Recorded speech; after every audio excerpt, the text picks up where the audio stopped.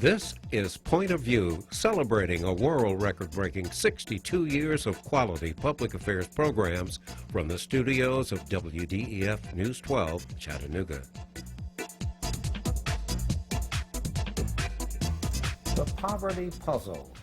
What is it? Well, it's not a game, and it's right here in Chattanooga, Tennessee.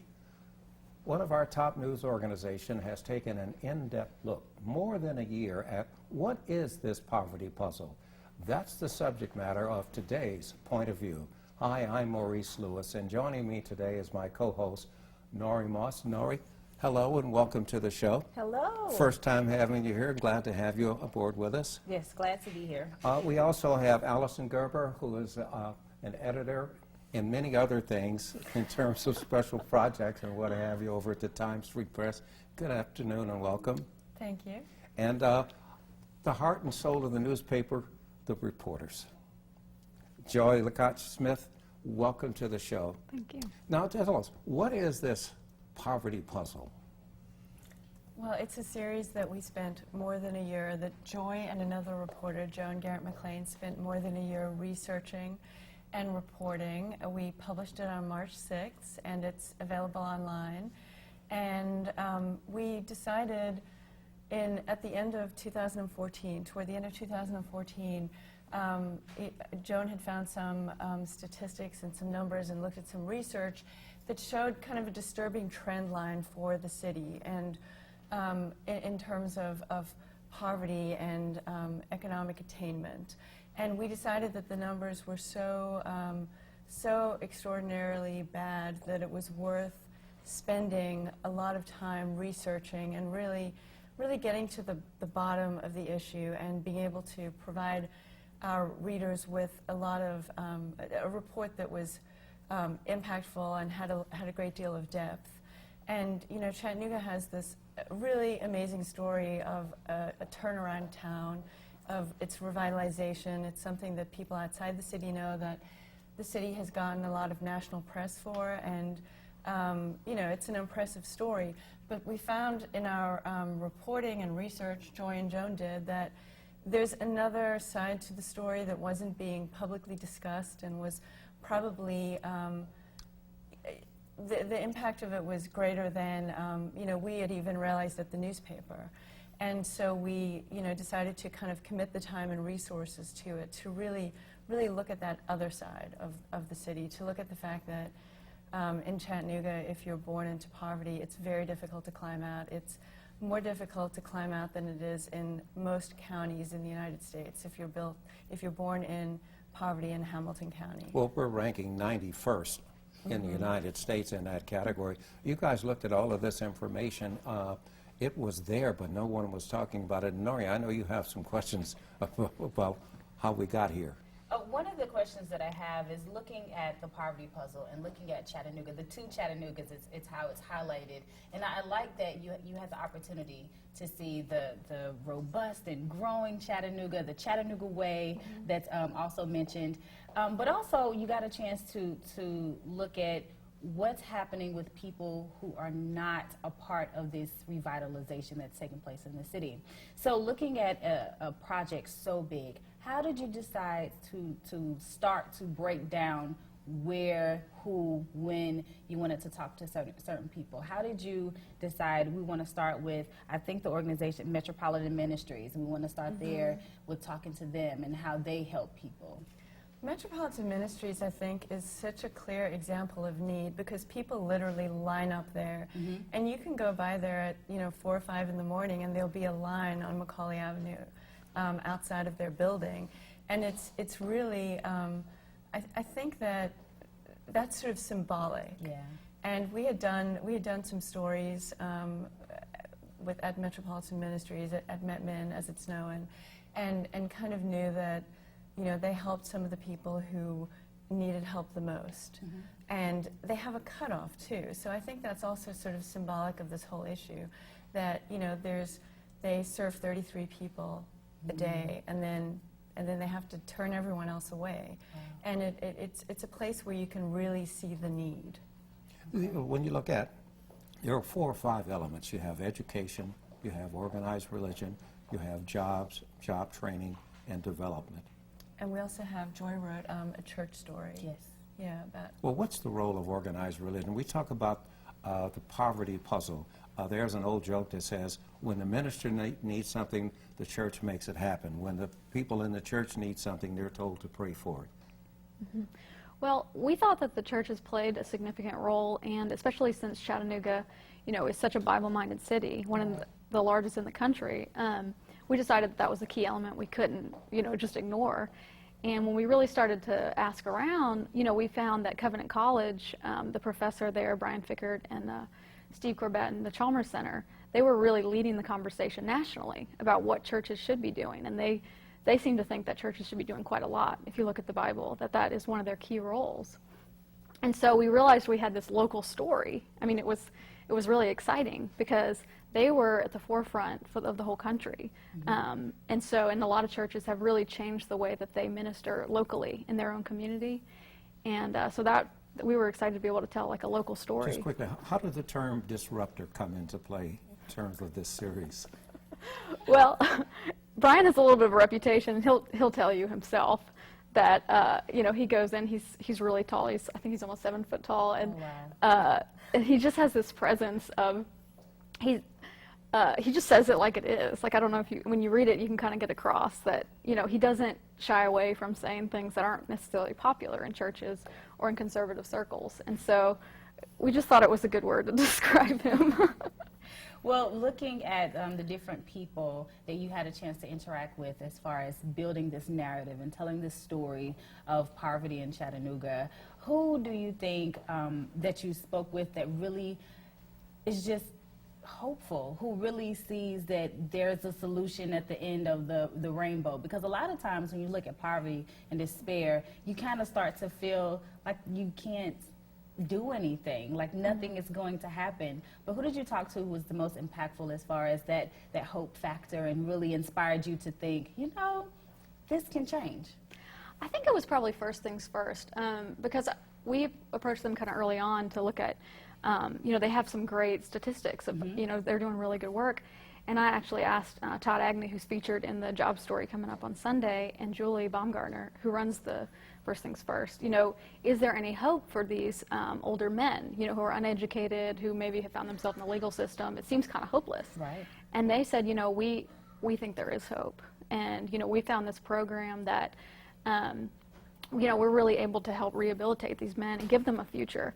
And they were much more hopeful than I was going into it. I was surprised. So that was excited about that. We also were very intentional in our, we made a decision early on to not just present the series and say, hey, Chattanooga, here's a problem. Right.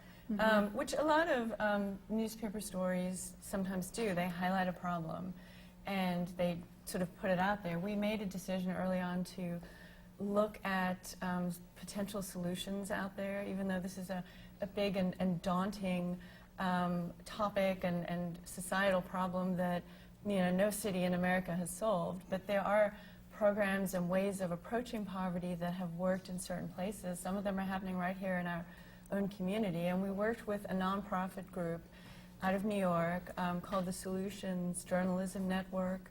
And they actually came down to our newsroom. They flew down from New York and worked with us on how we would sort of frame these stories and gave us some advice. And we went out and tried to show people who were rising above their circumstances and programs who were, that were helping people do that, and a school that was educating young women who came from disadvantaged neighborhoods and had really great success in academically with them. And so we really wanted the story to be one of hope as well as highlighting a problem. We wanted to encourage people to think about solutions by presenting them ourselves. When you look at an overview of the seven-part series, Yeah, that's right. when you look at the overview of it, you see a segment of our society that you find in most cities. You'll find a lot of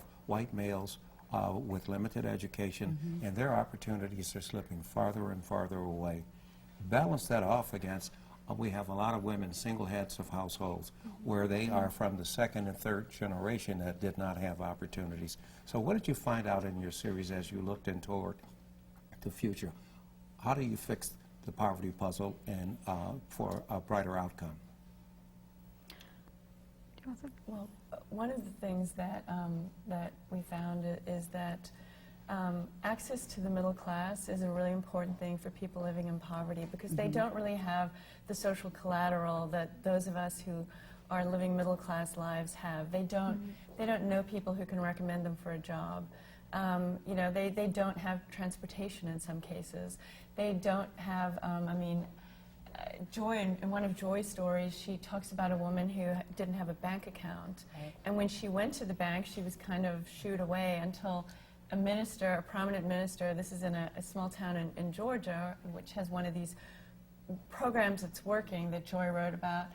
When he went to the bank with her in his suit and tie, they were welcomed, and he helped her. You know, people, we don't realize it necessarily if you haven't faced those barriers, but people living in poverty, you know, every day are treated differently than those of us who are fortunate enough to not be living in poverty. Nora, you have the last question. Last question I wanted to ask you, when it comes to poverty, it's colorless. A lot of different people are affected. It comes down to money, and it comes down to not having access to it. So how can we bridge that gap? I know we talked about solutions. I mean, is it education? Which part of the puzzle connects the dots? Well, we kind of found, I mean, community is our last, you know, story in the series, and that was intentional. Yes. Because we felt like until we're going to be neighborly, and until we get to know our neighbors, and until we start to think about it in terms of it's an us problem, it's an Yes. everybody's problem, then we're really not going to solve it. And so I think we could all say like that was the reason, because we do believe it is rebuilding community, finding a way. There is so much more to this story. We've just touched the tip of the iceberg with this. I had something else planned for a week or so from now. I want to ask you guys, would you be prepared to come back, because there is so much more to be able to talk about. Yeah, absolutely, yeah. And maybe Joan can come. Yeah. That would be fantastic. We've talked about Hamilton County. We've talked about, you know, conditions in Hamilton Yes. County, conditions here in the city of Chattanooga, where we are this beacon for people to come here and retire. This is a fantastic place. But then there's that other part, that tale of two cities that you Right. mentioned.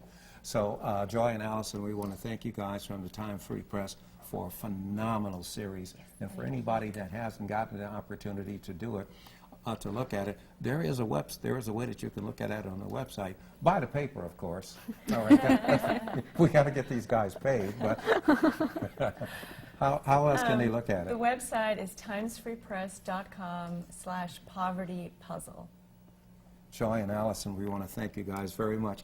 You know, another part of the lives of people revolves around credit and your ability to move finances and how to plan your lifestyle, or that lazy brother or brother-in-law who won't get off the couch. Well, Consumer Credit Counseling is one of the organizations in town that has some answers. We'll break and we'll come back in just a moment. The average text takes your eyes off the road for nearly 5 seconds. At highway speeds, that's enough time to travel the length of a football field. Stop the texts, stop the wrecks. For over 70 years, Smokey Bear has asked you to use fire responsibly. Fire is due to an unattended campfire. Go time. Here's how you can stay on the front lines of preventing wildfires. Always watch your campfire before leaving. Drown it, stir it, drown it again, and feel that the fire is out cold. Oh, bullseye! And you won't need a visit from these guys. Copy that. You can be Smokey's wingman when enjoying nature and prevent wildfires. Visit SmokeyBear.com for more fire prevention tips.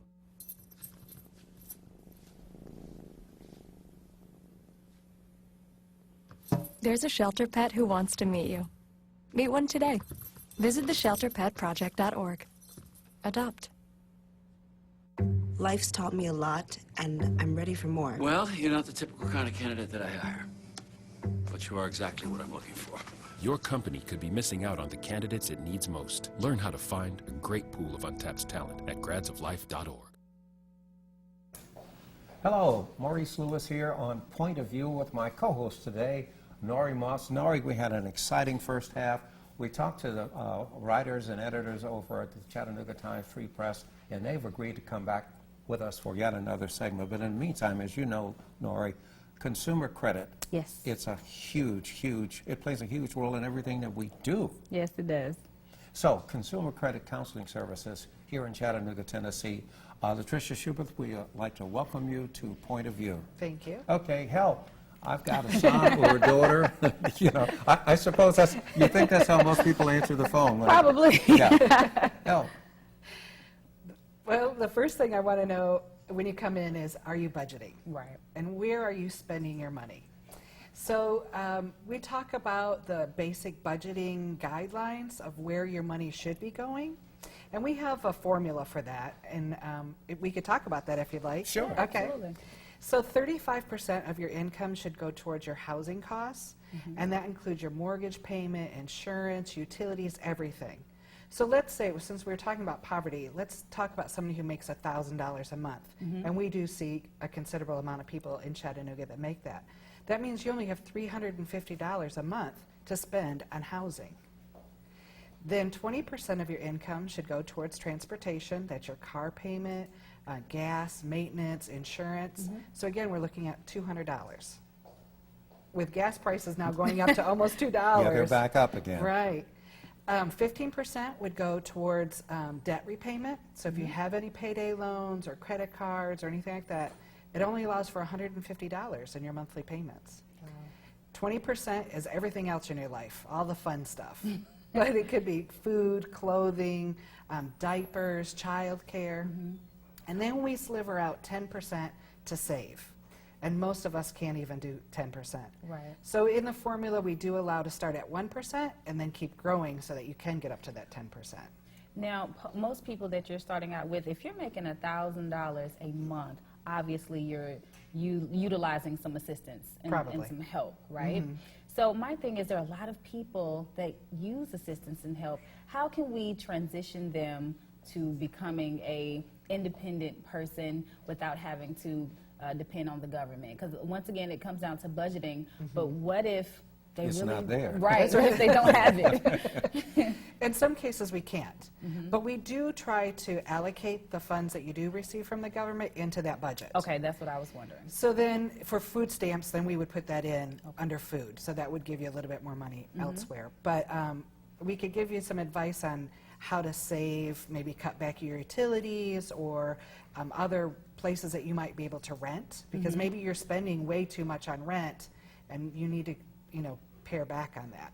So we'll give you some little advice on each segment, how to pare back. But again, sometimes you just can't. You know, for a lot of young people, the thing is, you walk by the rusty 50-cent piece to get to a shiny dime. Right. I want the car. I want new rims. I'll spend $350 on a pair of Air Jordans, and I don't have 50 cents in the bank. Right. Well, we do tell everyone that it's your money, you spend it the way you want to, but here's some guidelines to help you.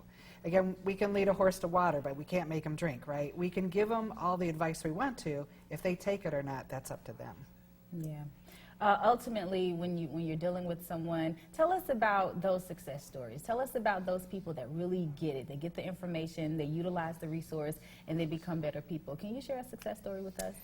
We have had clients who have had $50,000 in credit card debt, who have paid it off, who have stuck to a budget, and who are debt-free today. It wasn't overnight. It takes time, but they were very diligent with their budget, and they did pay it off. And we do see that every day, too. I think we do have more success stories, but we don't want to talk about all this credit card debt that we might have. But you never know what a person's situation is. We've had a client who went through a divorce, was diagnosed with cancer, lost their home, was living in their car, but had a good paying job. Right. We were able to help them turn that around and get stable again. But it did take some time. But I'm watching television or listening to the radio, and I hear the ad that says, I can raise your credit score 2,000 points. Just send me, you don't have to send me 5 payments of $49.95, but just start with the first 3 payments, and I'll raise your credit score. What's up with that? And the signs that are all over Chattanooga. They are. They are. And the police chief, I did ask, said, you can pick them up, and I do, as long as they're not on private property. Right. So every time I see one, I jump out of the car and grab it. But Good for you. And you know what? That's a good thing for our audience, too. Well, maybe we shouldn't go there. they can't do anything for you that you can't do for yourself for free. Right. And most of the time, what they're doing is they're bombarding your creditors so that they will remove something from your credit report for a very short period of time. It could be 10 days. So your credit score could go up for a very short period of time. So if you, a lot of times they do it if you want to buy a car. Right. So they'll get it fixed for you. You got that 10-day window. You go buy a car, and then your credit score goes right back up again. So it really, again, if it's a quick fix, it's not the right fix. What are you seeing in today's economy? Are more people coming to you, to your organization for help? Well, unfortunately, we had a down period where creditors were not allowing people to get access to credit anymore, and that's where we saw the payday lenders grow. Yeah. Well, now the creditors are starting to open up their purse strings again. The economy is doing a little bit better, so people are now going back into credit card debt. And so the last several months, we have seen more people utilizing our service to get out of credit card debt. Nora, you brought up a very interesting point when the person is on a very limited budget, and one of the items that wasn't in there, child care. You need a full-time job just to pay somebody to take care of your kids so that you can work. And I know you've heard it on your radio show and what have you. Tell us a little bit about that problem. There are some assistance or some vouchers depending on what your income is, but I know a coworker of mine basically works to pay for childcare and insurance, and that's all her paycheck goes to. Fortunately, her spouse makes enough to pay for everything else, but she's holding on to that job just to pay for childcare and for insurance. The type of people that you have that come in, is it a variety, vast variety of people, or is it more single mothers? Is there kind of a demo that you cater to more so? Well, women utilize our service more than men. Obviously. Oh, are you suggesting that men will not ask for directions? Yes, I They am. may not ask for help. I'm shocked. But really, it's the whole range. It's from widows who are on a fixed income to young single moms to married couples. It just really runs the gamut. Gotcha, gotcha. One of the things that I look at here, well, the payday loans are less frequent. People don't tend to save a lot of times because they don't think that they have enough to save. Right, right. And again, we try to encourage them to start small. 1% of your income. So again, on $1,000, that's $10. Start off with $10 a month. And then after 6 months, maybe then bump it up to 12 or 15. And just as you progress, just keep trying to bump it up as much as you can. And you'll be amazed how quickly that adds up. And we have this chart, and it shows you exactly if you put in this much money, how much you'll have in 6 months. I was about to ask you that. Do you have a little chart that you could hand out to different people that come in? Because sometimes having that visual will take it to the next level. You're like, okay, in 6 months I can have, $300 saved, or, depending on your income, you can have more. So, yeah, I think that's good. There's also one that's called the Penny Challenge, and you put in a penny each day, but you start off with 1 penny, and then the next day you put in 2, and the next day you put in 3, next day 4, so on and so forth. In a year, you'll have over $1,000 saved up. But Nori, I want to come to you. You are part of the millennial group with your peers. You guys are coming out. You might have some college debt. You want to get a little car. You don't want to show up at the new job in a hoopty. So, so you've got these challenges. What's happening in your age group? I think in my age group, what's happening is we definitely start to contact our debtors, which we didn't do before. I think a lot of people didn't want to pay Sallie Mae or didn't want to, open that letter that you knew had a bill inside of it. But ultimately, you don't want to default on your loan. So you just pay a little bit at a time. And as you start to pay a little bit off, and you get to see some progress, and it motivates you. So I think that's what you said, start to see some progress. Start to see some progress, and then you stay motivated, which is really, really good. So I think that's what's happening. A lot of the people in my generation are interested in purchasing homes and interested in moving to the next level with maybe their partner. So with that being said, you have to start looking at your debt ratio to your income. But Tricia, okay, so Nori just mentioned people start to see a little bit of room. I have a little bit extra on this credit card. I'm going to use it. What do you advise against that? Well, to keep your credit score at the optimal level, you only want to use 50% of the availability on any particular credit card. So if you have one credit card maxed out, we might suggest getting a second one and rolling over some of that debt if you want to increase your credit score. Of course, we don't want you to keep getting more and more credit cards, but that is one way to get your credit score up. Latricia Schubert from Chattanooga Consumer Credit Counseling Services and my co-host, Nori Moss. We want to thank you both for being here. You'll be back, and so will you at some point. Sure. Our show is called Point of View. I'm Maurice Lewis. We thank you very much for joining us. We're on Saturdays and on Sundays. Set your DVR and don't forget to tell your friends about us. Thank you very much. Closed captioning provided by the following. Funding for this program is brought to you by Barnett & Company, specializing in tax-efficient strategies for the preservation and distribution of family wealth, offering continuous investment management with a focus on long-term strategies. Areas of service include investment, estate, education, and retirement planning. Barnett & Company, the power of compound returns over time. More information can be found on the web at barnettandcompany.com.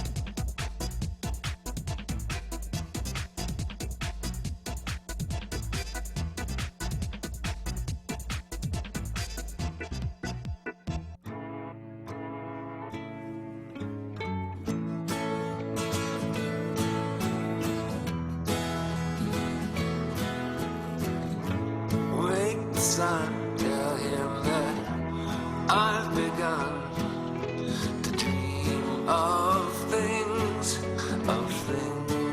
to come, and tell the trees not to look for me. I'm going to find some peace of mind. Wake the sun. Wake the sun, wake the sun, wake the sun.